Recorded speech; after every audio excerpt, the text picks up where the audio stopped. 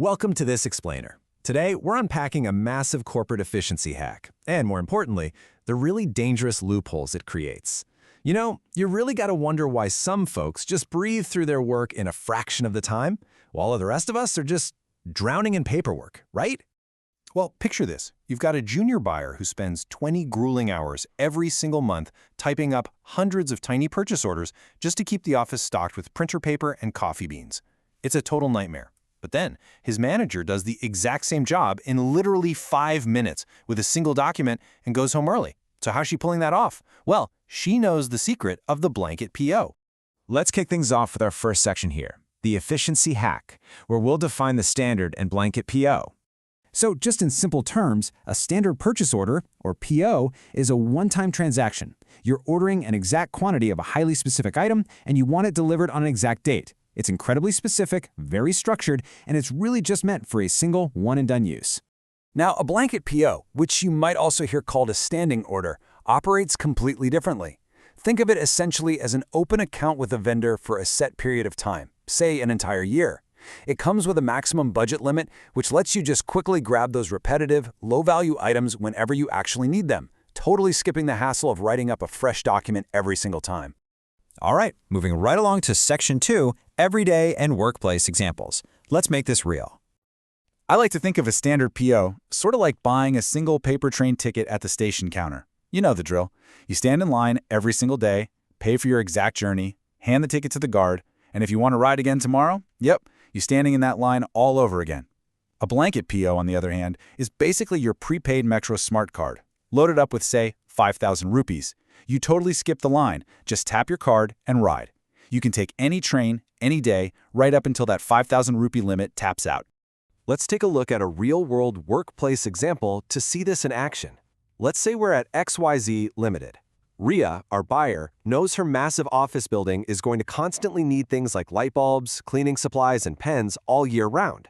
Now, instead of painfully creating 50 different standard POs every time a single light bulb burns out, Ria just issues one single blanket PO to the local hardware vendor. She sets a 2 lakh rupee limit, makes it valid all the way until December 31st, and boom!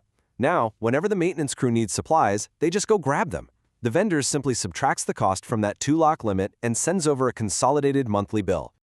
And honestly, this brilliantly illustrates how she just eliminated 99% of her paperwork with basically a single click.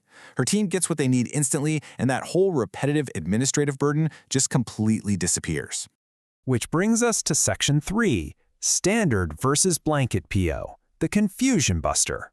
Now, the absolutely crucial point here is knowing exactly when to use which type of document, because beginners mix these up all the time.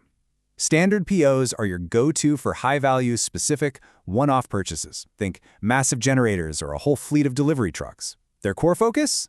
Extreme control and precision. Blanket POs, however, are strictly for low-value, unpredictable, repetitive consumables. Things like stationery, minor spare parts, or daily office snacks. Their entire focus is extreme speed and slashing that administrative paperwork. Okay, let's get into Section 4, the Auditor red flags.